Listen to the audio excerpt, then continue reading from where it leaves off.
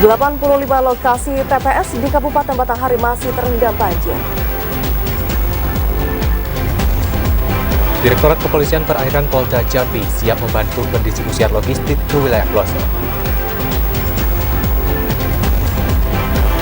BPBD Kabupaten Sarlagun memperpanjang status siaga darurat bencana hidrometeorologi.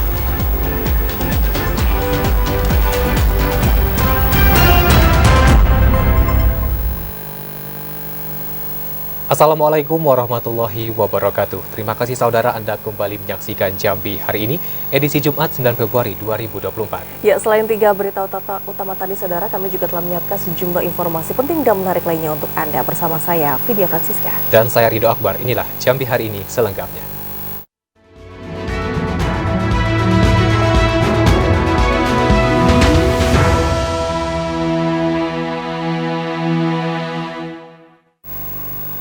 Mengawali Jambi hari ini dalam segmen menuju pemilu 2024. Saudara, dari hasil mitigasi yang dilakukan KPU Batanghari terhadap 85 titik koordinat TPS yang terdampak banjir, saat ini KPU tengah berupaya melakukan pergeseran terhadap TPS tersebut. Banjir masih melanda wilayah kecamatan di Kabupaten Batanghari, merendam sejumlah lokasi yang nantinya akan dijadikan tempat pemungutan suara atau TPS. Berdasarkan mitigasi yang dilakukan KPU Batanghari, ada 85 TPS di 6 kecamatan yang terdampak banjir. Untuk mengantisipasi tidak terganggunya pelaksanaan pencoblosan, upaya penggeseran titik koordinat TPS akan dilakukan. Ketua KPU Batanghari Ahmad Halim mengatakan, pihaknya sudah menginstruksikan jajaran mulai dari PPK, PPS, sampai KPPS untuk mengkoordinir penentuan lokasi baru TPS dan memastikan akses jalan menuju ke TPS juga terhindar dari rendaman banjir. Di Masukubur itu di dalam desa Dalampat itu 4 TPS itu terendam. Kemudian Bulian ada 9 TPS, kemudian Kemayang ada 18 TPS, Muara Tembesi ada 10 TPS, kemudian Mersam ada 17, dan banyaknya di Kecamatan Masukubur ada 27 TPS.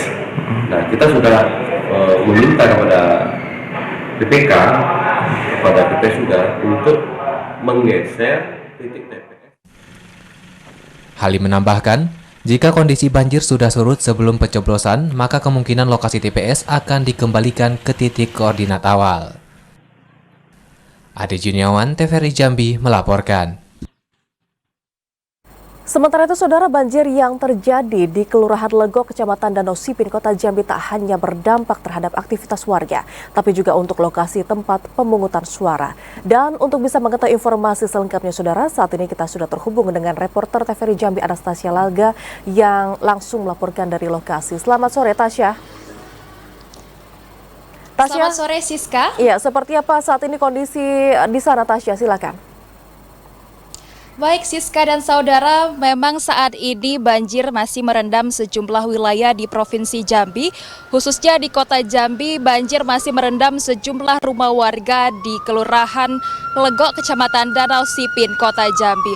Dan saudara, selain merendam rumah warga, banjir juga berdampak terhadap penyelenggaraan pemilu tahun 2024 yang nantinya rencana akan diadakan pada tanggal 14 Februari mendatang. Mengingat pada saat ini beberapa tempat pemungutan suara atau TPS di Kelurahan Legok, Kecamatan Danau Sipin saat ini masih terdampak banjir. Demikian, Siska. Ya, kemudian nantinya dari total keseluruhan ada berapa jumlah lokasi TPS yang nantinya akan direlokasi ke tempat yang lebih aman, Tasya? Baik, Siska dan saudara, berdasarkan informasi yang kami dapatkan melalui pihak Kecamatan Danau Sipin dan KPU Kota Jambi, saat ini terdapat 21 tempat pemungutan suara yang sedang terdampak banjir. Dan nantinya 21 TPS ini akan direlokasi atau dipindahkan ke tempat yang lebih aman agar penyelenggaraan pemilu dapat tetap berjalan dengan baik. Demikian, Siska. Iya, Tasya, walaupun saat ini masih terendam banjir di kawasan Legok Kota Jambi ini, tapi apa upaya yang saat ini terus dilakukan oleh pihak kecamatan untuk ikut menyukseskan penyelenggaraan pemilu tahun 2024 nanti? Baik, Siska dan saudara, memang saat ini pihak Kecamatan Danau Sipin masih terus berupaya agar penyelenggaraan pemilu serentak tahun 2024 dapat tetap berjalan lancar dan sukses. salah satunya dengan memastikan kesiapan sarana dan prasarana di tempat pemungutan suara, serta menjaga ketertiban serta kondusivitas agar masyarakat di Kecamatan Danau Sipin dapat tetap menyalurkan hak suara mereka pada pemilu serentak tahun 2024. Demikian Siska. Baik, terima kasih Anastasia Laga yang langsung melaporkan dari Kelurahan Legok, Kecamatan Danau Sipin, Kota Jambi. Terima kasih Tasya, selamat bertugas kembali. Pemirsa, banjir sampai dengan saat ini masih terus menggenangi sejumlah wilayah di Kecamatan Danau Sipin, Kota Jambi. Camat Danau Sipin Efrin juga memastikan bahwa banjir tak akan mempengaruhi partisipasi dari masyarakat untuk tetap menyalurkan hak suaranya pada pemilu di tanggal 14 Februari nanti.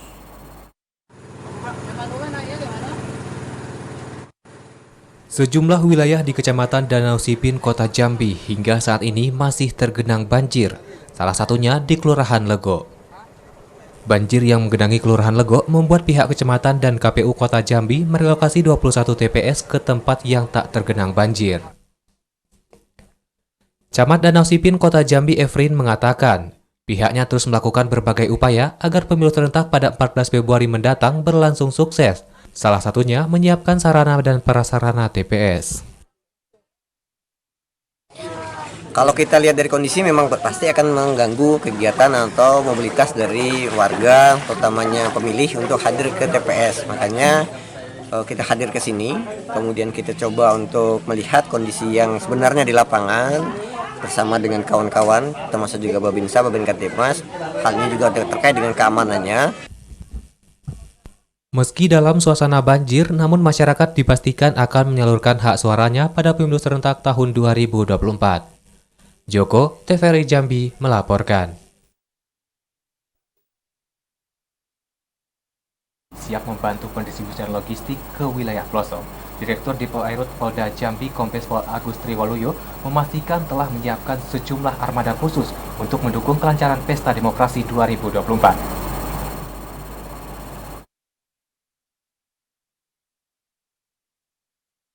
Masih terendam banjir akibat luapan Sungai Batanghari dan laut di wilayah pesisir. Sejumlah TPS di wilayah Provinsi Jambi turut terendam dan sebagian kawasan hanya dapat diakses menggunakan transportasi air. Ditpol Airut Polda Jambi telah menyiapkan 60 personel untuk mendukung pelaksanaan proses pemilu, mulai dari pendistribusian logistik hingga akhir masa pemilu 2024. Personel tersebut didukung dengan 18 kapal mulai dari kapal kelas C hingga perahu karet rubberboat. Direktur Kepolisian Perairan Polda Jambi Kombes Pol Agus Triwaluyo mengatakan, selama masa pemilu, seluruh personel siap diturunkan jika memang dibutuhkan. Hingga saat ini belum ada permintaan dari penyelenggara pemilu, khususnya KPU untuk membantu proses pendistribusian logistik. Yang jelas saya kira sudah berjalan ya. Tapi ada 2 titik yang kita pantau bahwa itu penyeberangannya nggak terlalu jauh dari kampung seberang ke kampung seberang. Jadi itu masih terpantau. Tetap kita membackup. Ini rencana tanggal 10 kita akan gelar sarpras. Nanti mungkin tanggal 11, 12 sudah mulai ke Polres masing-masing. Kombes Pol Agus Triwaluyo menambahkan, pihaknya tetap memastikan Ditpo Airut Polda Jambi bakal tetap mendukung mensukseskan dan mengawal pemilu 2024 aman, damai, dan lancar. Ari Haryono, TVRI Jambi melaporkan. Pemirsa, berbagai persiapan masih terus dilakukan KPU Sarolangun untuk ikut menyukseskan penyelenggaraan pemilu serentak di tahun 2024 kali ini. Salah satunya dengan menyiapkan pendistribusian logistik di wilayah 5T.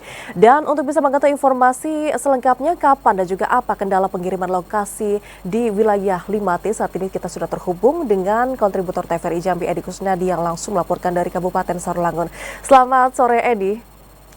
Edi, nantinya kapan KPU Sarolangun ini akan melakukan pengiriman logistik? Kapan dimulainya, Edi? Ya, baik.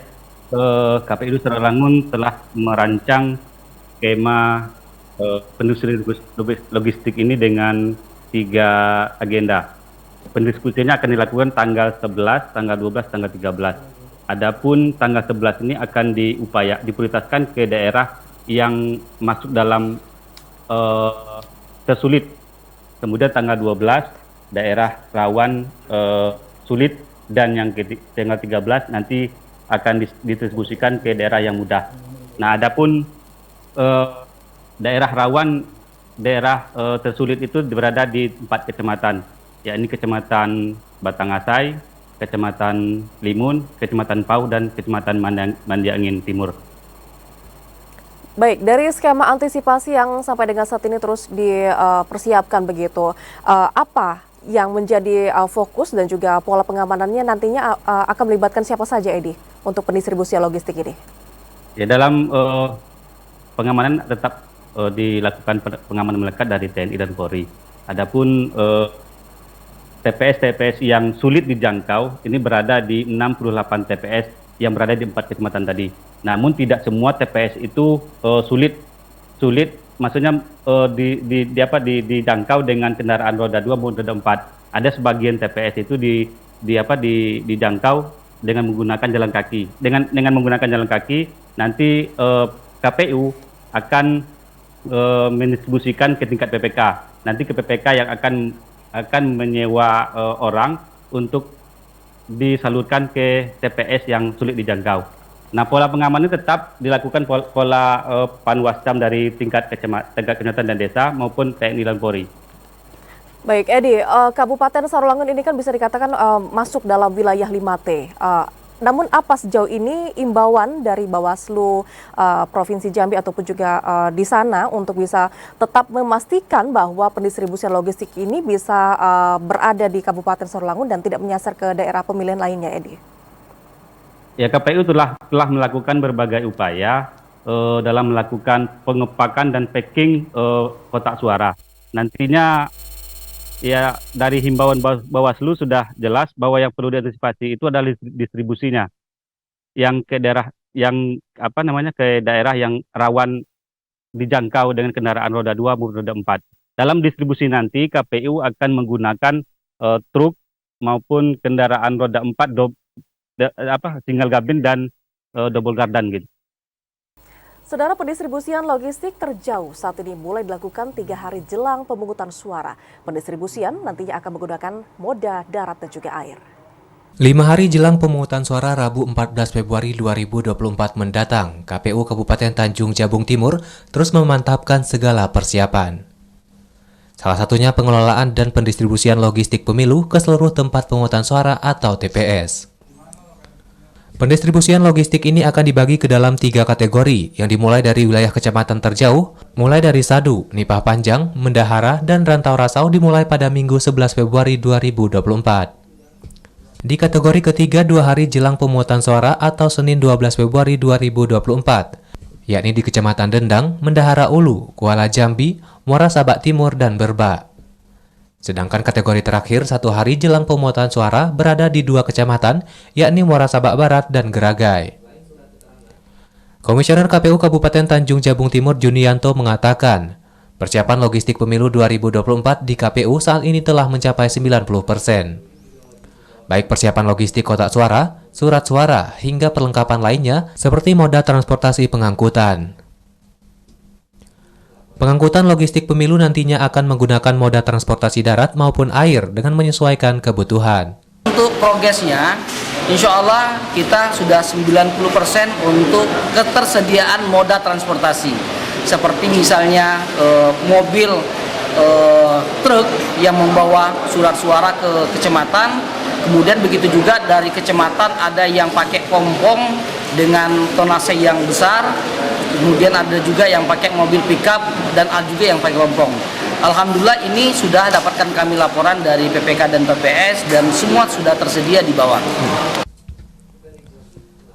Junianto optimis pendistribusian logistik pemilu 2024 berjalan lancar karena dikawal anggota keamanan. Kliva Patria, TVRI Jambi melaporkan.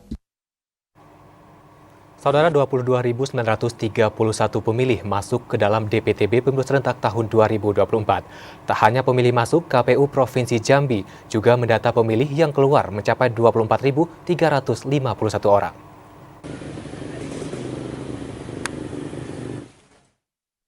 Penerimaan daftar pemilih tambahan Pemilu Serentak tahun 2024 untuk 4 kategori resmi berakhir pada 7 Februari 2024 pukul 23.59 waktu Indonesia Barat.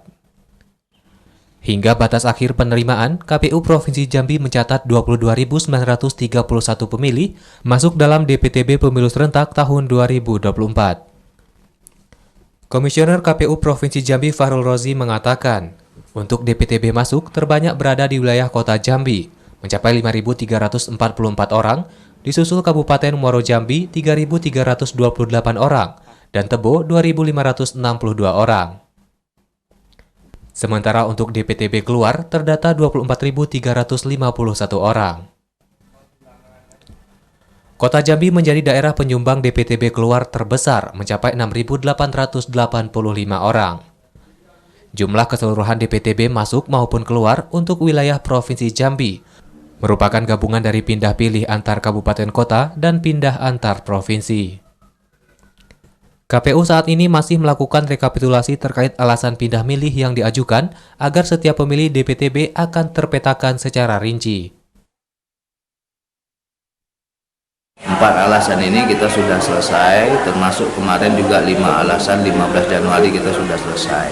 Dan hari ini kami melakukan proses penginputan pemilih yang melakukan pindah memilih dan kita input ke dalam Sidali, sistem kita yaitu Sidali namanya kan. Nah, kita input dan kita nanti akan kita rekap per alasan dan per wilayah berapa jumlah pemilih yang pindah memilih dengan kategori alasan-alasan 9 alasan yang sudah diatur dalam ketentuan peraturan perundang-undangan. Pada hari pencoblosan, setiap pemilih DPTB akan mendapatkan surat suara yang disesuaikan dengan daerah pemilihan.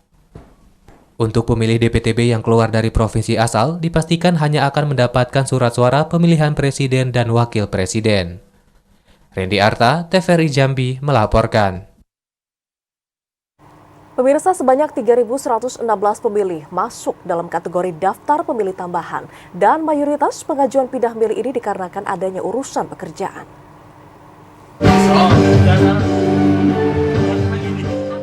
KPU Kabupaten Batanghari telah melakukan finalisasi rekapitulasi DPTB pindah milih untuk 4 kategori pada Rabu 7 Februari 2024. Dari hasil rekapitulasi DPTB, 1.472 pemilih masuk DPTB pindah masuk dan 1.644 pemilih pindah keluar. Jumlah ini akan menjadi acuan petugas di TPS untuk mengetahui pemilih masuk pada kategori pemilih tambahan yang akan menyalurkan hak suaranya di 518 TPS. Komisioner KPU Batanghari Henry Handayani mengatakan, mayoritas pemilih yang mengajukan pindah memilih dikarenakan adanya kepentingan pekerjaan di luar wilayah tempat pencoblosan. Nantinya setiap pemilih yang masuk dalam DPTB wajib menunjukkan formulir A5 serta identitas diri kepada petugas KPPS. Henry Handayani menambahkan, setiap peserta pindah memilih tidak akan mendapatkan sepenuhnya 5 jenis surat suara yang akan dicoblos pada pemilu 14 Februari mendatang. Ade Juniawan, TVRI Jambi, melaporkan. Cegah pelanggaran pemilu, Bawaslu Tebo akan tertibkan APK peserta pemilu. Informasi selengkapnya, saudara, kami hadirkan usai jeda sesaat lagi.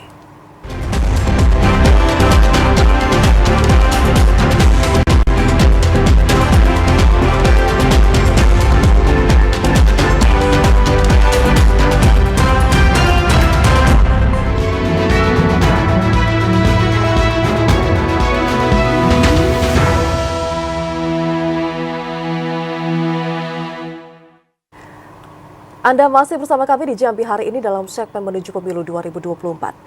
Saudara, petugas rutan kelas 2B Sungai Penuh melakukan penggeledahan kamar hunian bagi warga binaan.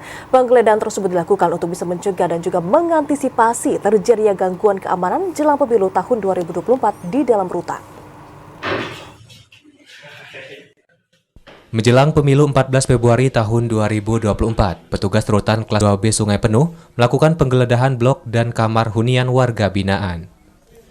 Satu persatu kamar hunian dan warga binaan diperiksa oleh petugas. Pemeriksaan itu dilakukan untuk mengantisipasi warga binaan menyembunyikan barang terlarang atau berbahaya di dalam rutan. Kepala Rutan kelas 2B Sungai Penuh Indra Yuda mengatakan, penggeledahan kamar warga binaan bertujuan untuk mencegah dan mengantisipasi terjadinya gangguan keamanan di dalam rutan menjelang pemilu tahun 2024. Berdasarkan hasil pemeriksaan, dari 10 kamar tahanan, petugas berhasil mengamankan sejumlah barang terlarang seperti silet pemotong kumis, tali benang, sendok, sikat gigi, dan ikat pinggang. Melaksanakan penggeledahan bersama diikuti oleh Satgas Kamtib dan pegawai rutan sepenuh. Kami melaksanakan penggeledahan secara acak dan insidentil. Ada sekitar 10 kamar yang dilaksanakan penggeledahan.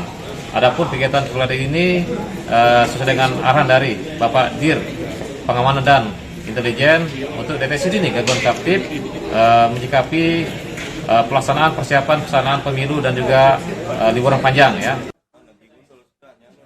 Indra Yuda menambahkan, penggeledahan yang dilakukan secara rutin ini merupakan salah satu upaya antisipasi yang dilakukan pihak rutan untuk memastikan pemilu tahun 2024 berlangsung lancar. Ilwan, TVRI Jambi melaporkan. Ya saudara, berbagai upaya dilakukan Polda Jambi dalam mengamankan pemungutan suara nanti. Untuk mengetahui persiapan yang dilakukan Polda Jambi, kita telah terhubung dengan kontributor TVRI Jambi, Ari Haryono. Selamat sore Ari, silakan dengan laporan Anda. Ya, pemirsa, Pesta Demokrasi Pemilu 2024 tinggal menghitung hari. Berbagai upaya telah dilakukan pihak penyelenggara pemilihan umum ini, salah satunya dari segi pengamanan yang tentunya merupakan tugas kepolisian daerah Jambi. Pada pemilu tahun ini, Polda Jambi menyiagakan 1.400 personil yang terdiri dari masing-masing satker, baik Sabara, Ditpolairut, Brimob, hingga anggota Reserse. Mereka ini nantinya bakal dibar membantu 10 Polres jajaran, di mana mereka bakal diberangkatkan esok hari setelah apel gelar pasukan ataupun apel pelepasan yang diadakan di Polda Jambi pada besok pagi. Nah, tentunya mereka ini nantinya bakal ditugaskan untuk mengamankan TPS sesuai dengan kategori tingkat kerawanan, kemudian mengamankan kantor komisi pemilihan umum, kemudian juga mengamankan objek-objek vital dan markas kepolisian itu sendiri. Lalu selain menugaskan personil, Polda Jambi juga menugaskan pejabat utama Polda untuk mengawasi mereka personil yang ditugaskan ini. Setiap satu PJU ditempatkan di 2 kabupaten. Nah, mereka ini nantinya bakal bertugas mulai tanggal 10 Februari hingga tanggal 16 Februari sesuai dengan instruksi masing-masing Kapolres. Ya. Ya, hari tadi Anda sebutkan bahwa nantinya personel akan dilibatkan ataupun akan mengamankan saat pencoblosan suara. Apakah sejauh ini personel kepolisian juga dilibatkan dalam membantu proses pendistribusian surat suara, mengingat saat ini juga sebagian wilayah sedang mengalami musibah banjir? Oke. Memang hingga saat ini belum ada permintaan secara resmi dari KPU untuk membantu proses pendistribusian surat suara ke TPS yang sulit dijangkau atau hanya bisa dijangkau menggunakan kapal. Nah, meski demikian, Polda Jambi, khususnya di Ditpolairut Polda Jambi, memastikan bahwa mereka sudah siap untuk membantu proses pendistribusian surat suara ini. Ditpolairut sendiri telah menyiapkan setidaknya 60 personil yang menggunakan 18 kapal untuk membantu proses pendistribusian tersebut. Meski demikian, menurut Direktur Kepolisian Perairan Polda Jambi, Kombes Pol Agustri Waluyo, memang ada 2 daerah di Kabupaten Tanjung Jabung Barat yang saat ini emang bisa diakses menggunakan kapal. Tapi menurutnya masalah tersebut sudah dipasti dapat diselesaikan oleh Satpolairut Polres Tanjung Jabung Barat. Ya, demikian. Hingga saat ini hal apa saja yang ditekankan ataupun yang menjadi fokus utama Polda Jambi kepada para personel selama proses pemilu berlangsung? Ya, memang hingga saat ini Kapolda Jambi Irjen Pol Rusdi Hartono dan Wakapolda Jambi Brigjen Pol RD Mardianto tak henti-hentinya mengingatkan personil agar selalu netral dalam proses pemilihan umum ini berlangsung. Mereka juga melarang anggota untuk mengintimidasi masyarakat agar memihak kepada siapapun. Personel polisi juga dilarang personel polisi juga dilarang untuk mengabaikan atau meremehkan tugas yang mulia ini, karena Kapolda Jambi dan Wakapolda Jambi berharap dengan adanya para personil ini di lapangan dapat menciptakan pesta demokrasi tahun 2024, pesta seperti pesta-pesta pada umumnya, pesta yang berjalan secara riang, pesta yang berjalan secara gembira, aman, damai, dan lancar. Terus Polda Jambi juga mengingatkan pada masyarakat agar mengawal pelaksanaan pemilu ini. Masyarakat diminta juga jikalau memang menemukan personil polisi yang berpihak atau mengikuti pemilu ini agar melaporkan ke Polda Jambi. Ya, demikian. Ya, Hari, terima kasih atas laporan Anda. Selamat sore dan selamat bertugas kembali. Ya, Saudara, Bawaslu Kabupaten Tebo mengimbau kepada peserta pemilu untuk melepas alat peraga kampanye yang dipasang, termasuk atribut kampanye. Imbauan itu dilakukan sebagai upaya untuk mencegah potensi pelanggaran pemilu saat masa tenang.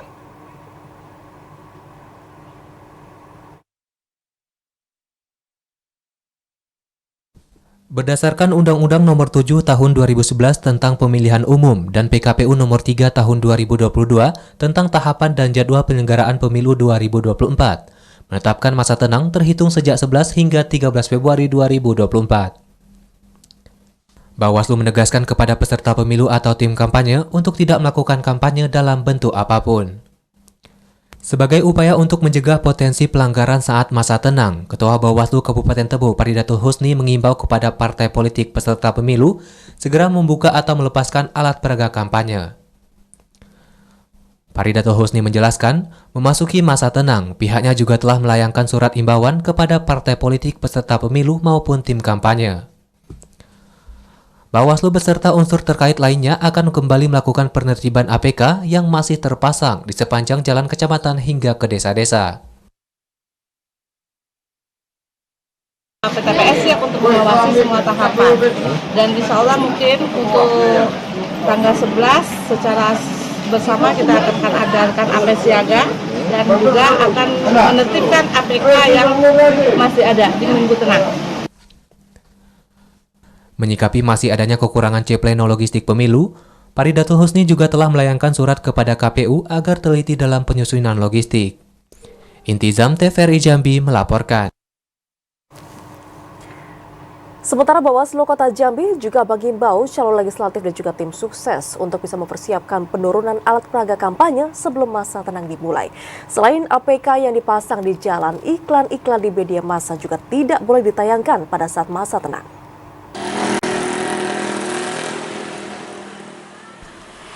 Bawaslu Kota Jambi mengingatkan partai politik dan calon anggota legislatif serta tim sukses untuk menyiapkan penurunan APK, mengingat masa kampanye akan segera berakhir. Ketua Bawaslu Kota Jambi Johan Wahyudi mengatakan, masa kampanye peserta pemilu 2024 akan berakhir pada 10 Februari 2024 pukul 23.59 waktu Indonesia Barat. Pada 11 hingga 13 Februari 2024, merupakan masa tenang dan tidak ada lagi APK dalam bentuk baliho, spanduk, umbul-umbul, poster, pamflet, bendera, dan sejenisnya terpasang di jalan. Selain APK, iklan yang dipasang pada media massa juga tidak boleh ditayangkan saat masa tenang.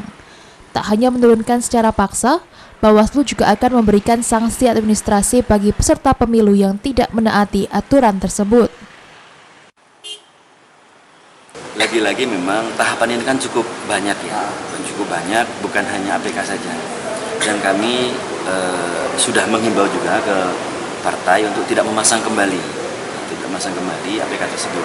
Namun nanti pada saat pada saat hari tenang itu semua akan kami tertibkan. Bawaslu Kota Jambi akan melibatkan Panwaslu Kecamatan dan pengawas kelurahan, desa serta pemangku kepentingan lainnya untuk pembersihan seluruh APK. Yogi Ramadhani, TVRI Jambi melaporkan. Sementara itu, Saudara, KPU Kota Jambi menyurati seluruh partai politik untuk menurunkan APK secara mandiri. Penurunan APK secara mandiri ini diminta segera dilaksanakan sebelum memasuki masa tenang. Untuk memastikan seluruh APK dapat diturunkan sebelum memasuki masa tenang, KPU Kota Jambi menyurati seluruh partai politik calon anggota DPD RI dan tim pemenangan daerah calon presiden dan wakil presiden agar menurunkan APK secara mandiri. Ketua KPU Kota Jambi Deni Rahmat mengatakan, penurunan APK ini dilakukan untuk menciptakan suasana kondusif saat memasuki masa tenang.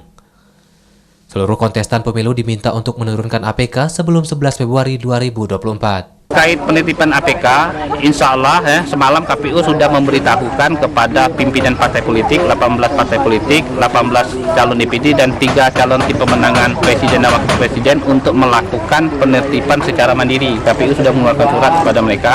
Selanjutnya insya Allah di tanggal 11 atau tanggal 10 nanti KPU beserta jajaran ad hoc antara PPK dan PPS bakal menurunkan juga terkait dengan alat peraga yang sudah ada gitu kan, untuk memudahkan pemerintah Kota Jambi dan Bawaslu dalam membersihkan APK pada masa tenang nanti. Denny Rahmat meminta kepada seluruh kontestan pemilu untuk dapat menjalankan surat edaran tersebut. Sanksi tegas dapat diberikan kepada para kontestan apabila tidak menjalankan instruksi tersebut. Ashar, TVRI Jambi melaporkan.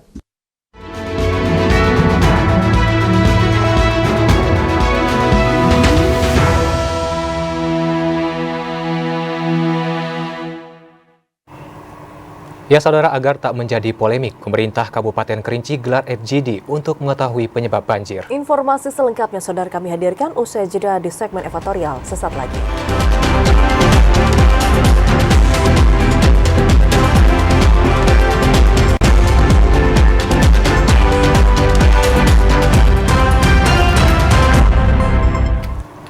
Anda kembali bersama kami di Jambi hari ini dalam segmen editorial. Saudara, sudah hampir 1 bulan lebih ini, wilayah Kabupaten Kerinci dilanda bencana banjir. Dan untuk mengetahui pasti penyebab bencana banjir, untuk itu pemerintah Kabupaten Kerinci melaksanakan fokus group discussion.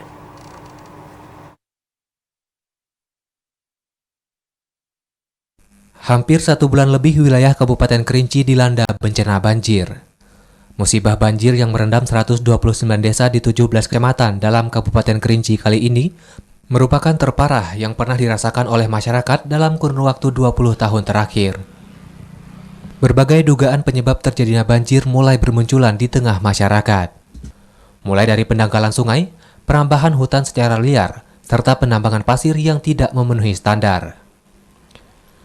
Penjabat Bupati Kerinci Asraf mengatakan, untuk mengetahui secara pasti penyebab banjir agar tidak menjadi polemik, pihaknya bekerjasama dengan Balai Wilayah Sungai Sumatera 6 Jambi dan para ahli melakukan pengkajian atau fokus group discussion atau FGD. Satunya adalah melakukan FGD, forum group discussion yang akan kita kerjasamakan dengan pihak Balai Wilayah Sungai Sumatera 6. Dan yang dalam waktu singkat, waktu dekat ini akan melaksanakan FGD tersebut. Asraf menambahkan, hasil FGD yang dilakukan akan menjadi dasar bagi pemerintah Kabupaten Kerinci untuk mengambil tindakan pencegahan, sehingga banjir tidak kembali terjadi di masa mendatang. Ilwan, TVRI Jambi melaporkan. Pemerintah Kabupaten Merangin menggelar apel siaga dan pengarahan Satuan Perlindungan Masyarakat. Kegiatan itu bertujuan untuk memastikan kesiapan pengamanan di tempat pemungutan suara.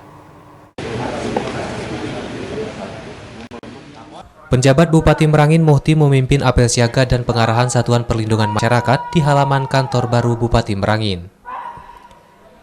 Kegiatan itu digelar untuk memastikan kesiapan anggota Satlinmas saat melakukan pengamanan di tempat pemungutan suara atau TPS bersama TNI Polri.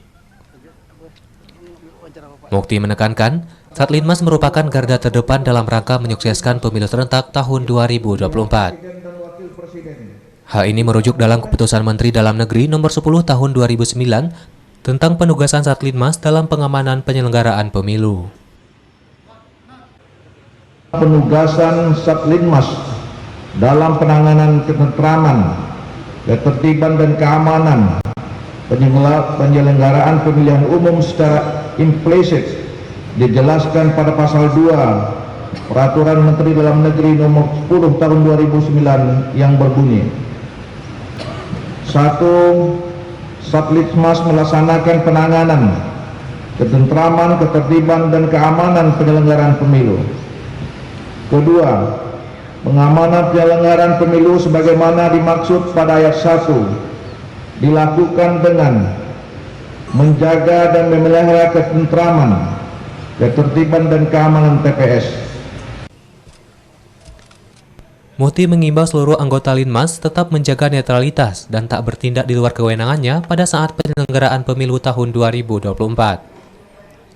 Setiap anggota Satlinmas harus proaktif dalam membangun komunikasi dengan seluruh pihak terkait, termasuk petugas panitia pemungutan suara, panitia pemilihan kecamatan, serta masyarakat sekitar. Usai apel, Muti bersama Forkopimda dan para kepala OPD memeriksa kesiapan kendaraan yang akan digunakan dalam pelaksanaan pemilu 2024. Kendaraan double gardan ini akan ikut mendistribusikan logistik pemilu ke daerah terpencil. Ramadan Cerbita Kasa, TVRI Jambi melaporkan.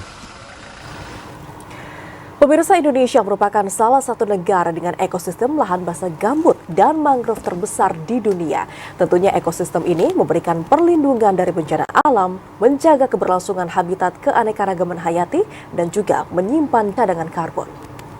Kemudian juga ada Kepala Taman Bukit 12 dengan jajarannya. Asisten 2 Bidang Perekonomian dan Pembangunan Sekretariat Daerah Kabupaten Tanjung Jabung Barat, Firdaus Hattab, mengatakan lahan basah memegang peranan dalam menjaga ekosistem dan habitat alami bagi flora dan fauna. Keberadaan lahan basah mendukung kehidupan manusia langsung maupun tidak langsung. Kabupaten Tanjung Jabung Barat memiliki kekayaan lahan basah yang meliputi gambut, rawa, dan hutan bakau yang menjadi pondasi bagi keberlanjutan lingkungan dan kesejahteraan masyarakat. Aksi penanaman pohon akan menjadi motivasi bagi masyarakat dalam menjaga ekosistem lahan basah di bumi Serengkuh Dayung serentak ketujuan. Lahan basah itu memang setengah dari kabupaten kita ini adalah gambut, mangrove, dan lahan basah lainnya. Bukan cuma saja pemerintah kabupaten dan acaranya, memang seluruhnya mulai dari tingkat nasional, provinsi juga lebih fokus kepada lahan-lahan basah ini, lahan gambut ini. Deputi Bidang Konstruksi Operasi dan Pemeliharaan Tris Radityan mengatakan, ekosistem lahan basah berperan penting dalam keberlangsungan keanekaragaman hayati, pengaturan tata air alami, sistem penyangga kehidupan, pengendalian perubahan iklim, dan sumber mata pencaharian bagi masyarakat.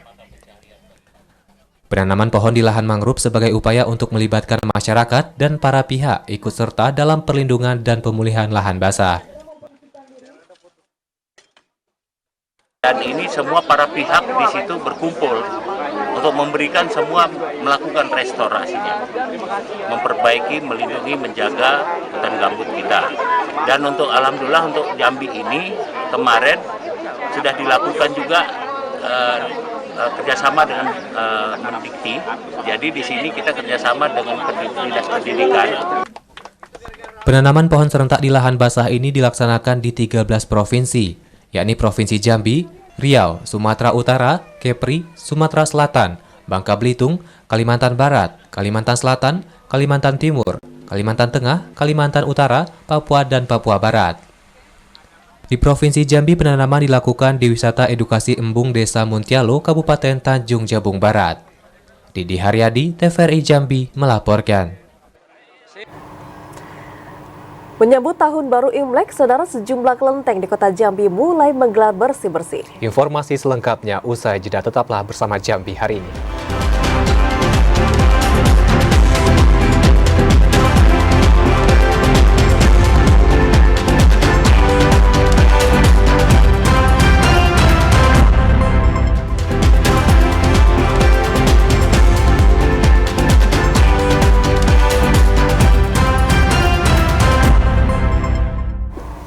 Terima kasih saudara, Anda kembali di Jambi hari ini. Saudara, pemerintah Kabupaten Sarolangun untuk ketiga kalinya kembali memperpanjang status siaga darurat bencana hidrometeorologi. Upaya itu dilakukan seiring masih tingginya intensitas hujan yang diprediksi akan berakhir hingga Maret 2024. Pemerintah Kabupaten Sarolangun untuk ketiga kalinya kembali memperpanjang status siaga darurat bencana hidrometeorologi. Perpanjangan status siaga darurat bencana hidrometeorologi diberlakukan mulai 5 Februari hingga Maret 2024. Perpanjangan status siaga itu dilakukan karena masih tingginya intensitas hujan yang terjadi di wilayah Kabupaten Sarolangun. Kondisi itu sangat berdampak dalam proses distribusi logistik pemilu maupun pelaksanaan pemilihan dan pemungutan suara di TPS. Kepala Pelaksana BPBD Kabupaten Sarolangun Salahuddin Nupri mengatakan, berdasarkan informasi dari BMKG Provinsi Jambi, Kabupaten Sarolangun akan diguyur hujan dengan intensitas sedang hingga lebat hingga akhir Maret 2024. Kondisi itu berpotensi menyebabkan banjir pada saat pelaksanaan pemilihan umum 14 Februari mendatang. Menyikapi kondisi itu, BPBD Kabupaten Sarolangun telah menyampaikan kepada jajaran KPU serta pihak terkait agar menyiapkan langkah strategis untuk menanggulangi bencana alam yang tidak dapat diprediksi. Sudah kita rapat koordinasi dan menyampaikan keadaan cuaca kita untuk bulan Februari. Untuk saat ini berdasarkan informasi dari BMKG, kita Sarolangun masih dalam keadaan tingkatan hujannya sedang dan rendah. Solahuddin Nopri mengingatkan seluruh pihak untuk meningkatkan kesiapsiagaan terhadap potensi ancaman bencana hidrometeorologi menjelang Pesta Demokrasi 14 Februari 2024. Edi Kusnadi, TVRI Jambi melaporkan. Kita ke sorotan lainnya, Saudara. Balai Wilayah Sungai Sumatera 6 Jambi menyambut rencana diskusi kelompok terarah yang diusulkan oleh pemerintah Kabupaten Kerinci. Diskusi tersebut sebagai salah satu upaya tercapainya normalisasi sungai.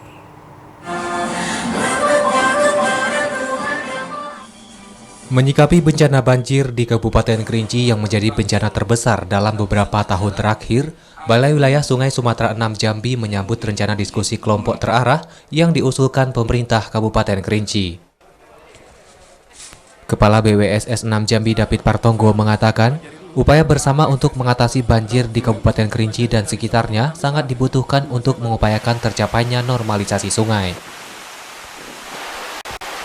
Melalui diskusi dengan seluruh pemangku kepentingan, penyebab bencana banjir besar di tahun ini akan terpetakan dengan baik dalam upaya membangun solusi yang tetap.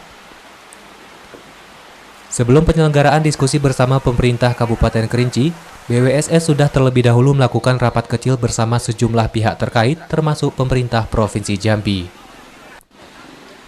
Mempercepat terbangunnya kolaborasi bersama seluruh pemangku kepentingan diupayakan untuk memaksimalkan penyelesaian persoalan banjir. Mendorong terciptanya komitmen seluruh pemangku kepentingan harus dilakukan untuk memastikan banjir besar di Kabupaten Kerinci agar tidak kembali terulang. Kalau sedimentasinya tidak dijaga, kalau sungai nggak dijaga, tetap sungai itu kapasitasnya berkurang. Makanya diskusi dengan Pak Bupati Merangin, Bupati Kerinci, usul beliau, ayo kita MGD dengan ya sebatas hanya diskusi lah, coba kan sebutan sekarang MGD ya, diskusi dengan stakeholder terkait. Bagaimana kita melaksanakan upaya bersama untuk mengendalikan banjir yang terjadi. Berdasarkan data pemerintah Kabupaten Kerinci, hampir seluruh kecamatan telah menjadi daerah yang terdampak bencana banjir pada tahun 2024. Randy Arta, TVRI Jambi melaporkan. Ya, Saudara, polisi berhasil menggagalkan penyelundupan BBM ilegal ke Kabupaten Tanjung Jabung Timur. Selain mengamankan barang bukti, polisi juga mengamankan tersangka yang tengah membawa narkoba. Tim gabungan Satreskrim Polsek Geragai bersama tim opsional Satreskrim Polres Tanjung Jabung Timur berhasil mengamankan 3 tersangka pendistribusian BBM ilegal. Barang bukti yang berhasil diamankan berupa 2 tandon BBM subsidi jenis Pertalite yang berisikan 2.000 liter dan 14 jerigen. Kapolres Tanjung Jabung Timur AKBP Heri Supriawan mengatakan, penangkapan itu dilakukan di Jalan Lintas Jambi Muara Sabak di Desa Rantau Karya, Kecamatan Geragai. Dalam melakukan aksinya, tersangka membawa barang menggunakan 1 unit mobil jenis pick-up.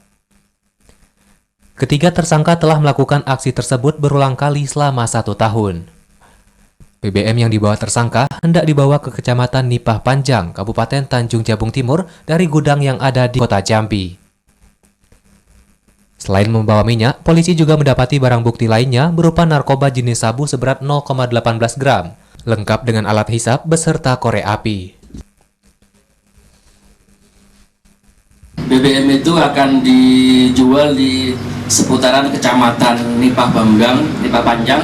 Selanjutnya hasil dari interogasi barang tersebut atau BBM tersebut diperoleh dari Jambi, gudangnya beralamat di Simpang Limbo. Saat ini masih kita laksanakan pengembangan. Atas perbuatannya, ketiga tersangka akan dikenakan Undang-Undang Nomor 2 Tahun 2001 tentang minyak dan gas bumi dengan ancaman kurungan 6 tahun atau denda 60 miliar rupiah. Dan Undang-Undang Narkotika Pasal 112 dengan ancaman kurungan 5 tahun hingga 15 tahun penjara. Kliva Patria, TVRI Jambi melaporkan. Pemirsa, momentum Hari Pers Nasional mengingatkan bahwa peran pers sebagai media pengawal demokrasi sangatlah penting. Karena tak hanya bersikap netral, tapi pers juga harus memberikan edukasi politik kepada masyarakat. Hari Pers Nasional HPN yang diperingati setiap 9 Februari menjadi momentum bagi insan pers di Indonesia, termasuk di Muaro Jambi, untuk mengawal demokrasi. Momentum itu selaras dengan tema yang diusung pada tahun ini, mengawal transisi kepemimpinan nasional dan menjaga keutuhan bangsa. Salah seorang akademisi Muhaimin mengatakan, pers sebagai salah satu pilar demokrasi yang diharapkan dapat meningkatkan kualitas bangsa dalam kemapanan jalannya demokrasi di Indonesia. Pers diharapkan dapat menyuguhkan informasi yang valid, berimbang, cepat, dan sesuai dengan prinsip jurnalistik. Tahun politik ini menjadi saksi sejarah untuk generasi akan datang, bagaimana peran pers untuk meningkatkan kesadaran masyarakat dalam berdemokrasi. Mengedukasi masyarakat agar kemudian kesadaran berdemokrasi, memilih pemimpin, memilih DPR ya untuk mewujudkan negara yang demokratis.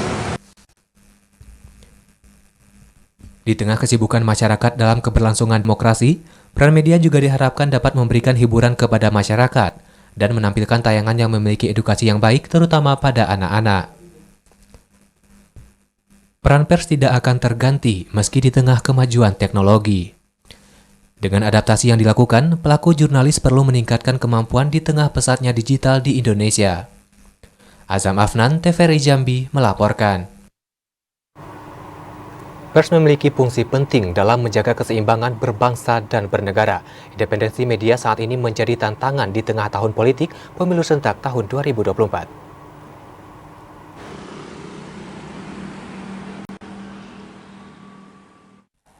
Februari setiap tahunnya selalu diperingati sebagai Hari Pers Nasional.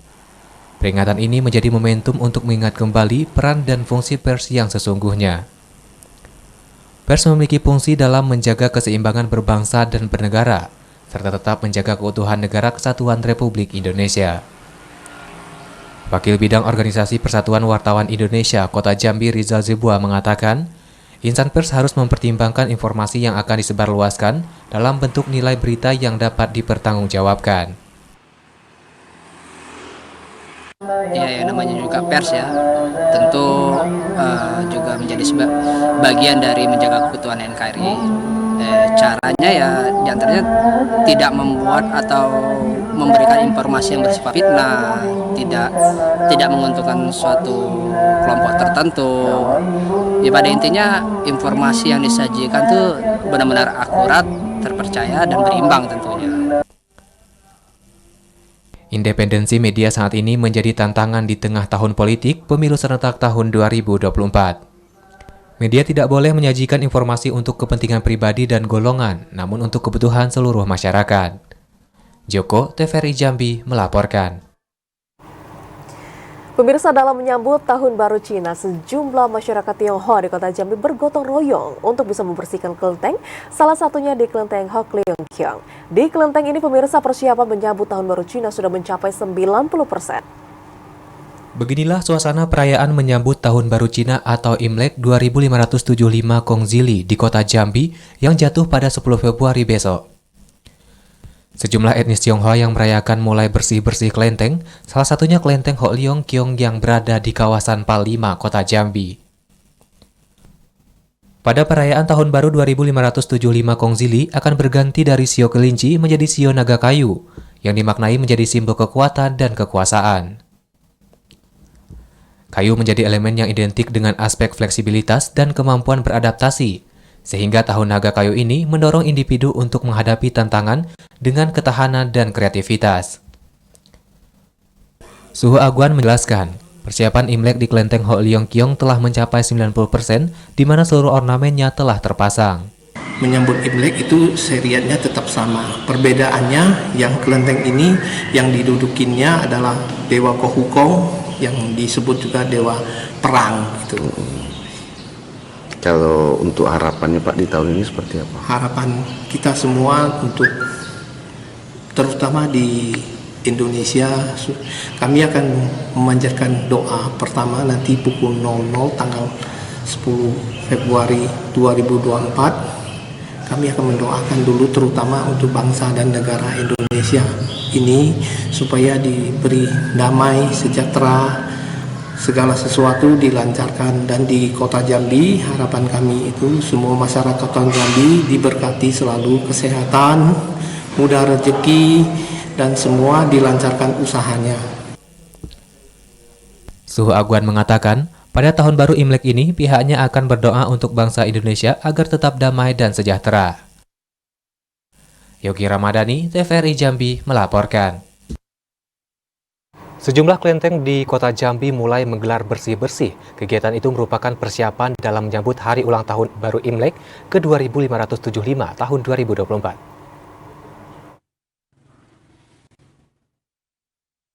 Menjelang perayaan Tahun Baru Imlek 2575, 10 Februari tahun 2024, sejumlah pengurus kelenteng di Kota Jambi mulai melakukan bersih-bersih.